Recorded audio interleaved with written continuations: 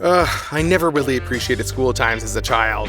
Maybe it's just because mostly of my naive childish thinking. I just want to turn into an adult as soon as possible and not go to school anymore and move away from my parents, earn a lot of money, and not change my underpants. A brutal attack on a wild boar. A gang of mongooses is under suspicion. Details tonight. Son, maybe it's time for you to move out. I don't know. You understand, I'm not just breaking your heart here. The heart is a muscle.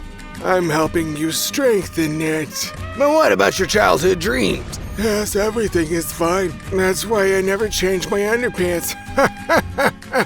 Anyway, now I look at my school years from the other side, and God, it was so good. I've always tried to dodge any school duties somehow, but you gotta learn stuff because it is very important and will be useful in your life. In answer,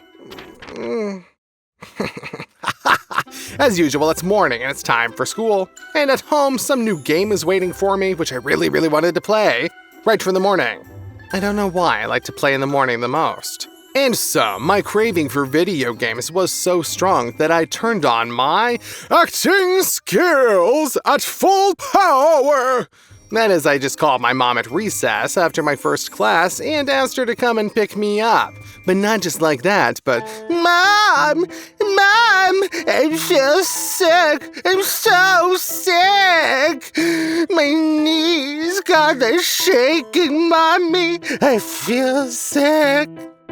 Oh my God. Mom, take me. That's it, son, I'm running. And then when she came to school, well, I had to act for her already in public. But I mean, what am I not gonna do so I can play my computer games? Son, I ran as fast as I could. What's wrong with you? Oh God, it hurts. My tummy, it hurts. Oh. That's it, I'm taking you home.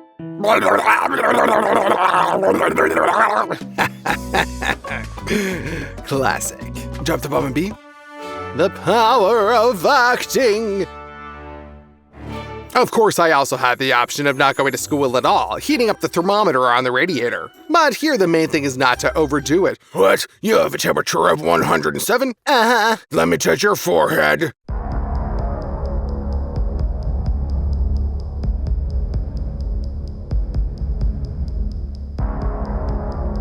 Get your ass to school, buddy. Classic. Drop a bomb on B, you guys. The power of a great man. In general, we were almost always released from physical education because it was basically the last lesson, and our phys ed teacher was the headmaster of the school. And to simplify the situation and get safely home 100%. But one day, we were released again and my classmate, walking home, got hit by a car. And theoretically, the director is to blame since it was school time and all that. So what? I had to go to phys ed class. I'm like a 40-kilogram shorty who couldn't throw a ball normally. And so, in order to go to phys ed class without loss of dignity, the only way for me out was to come in jeans. Roscoe jeans!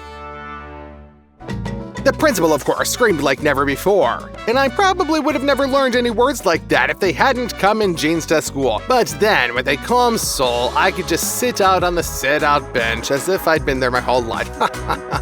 The shift is needed so that you don't breathe the dirt that you bring from the street, otherwise you'll get sick. The principal and all the teachers told me that, but that was all bullshit. This is just so that the cleaning lady, to whom you pay $10 a month, doesn't get pissed off and has to clean the entire school. But I don't know about the others. I was just confused, as it were, by the fact that I had to wear a shift. I was more annoyed to change her clothes, but therefore I was absolutely happy to always carry a bag with a change of clothes, but I just didn't put them on. And just like a young little ninja, I would always go into the bathroom and wash my sneakers in the sink, in which I came to school. The power of a false pack with interchanged clothes. And the funny thing is that the shift was dirtier than my normal shoes.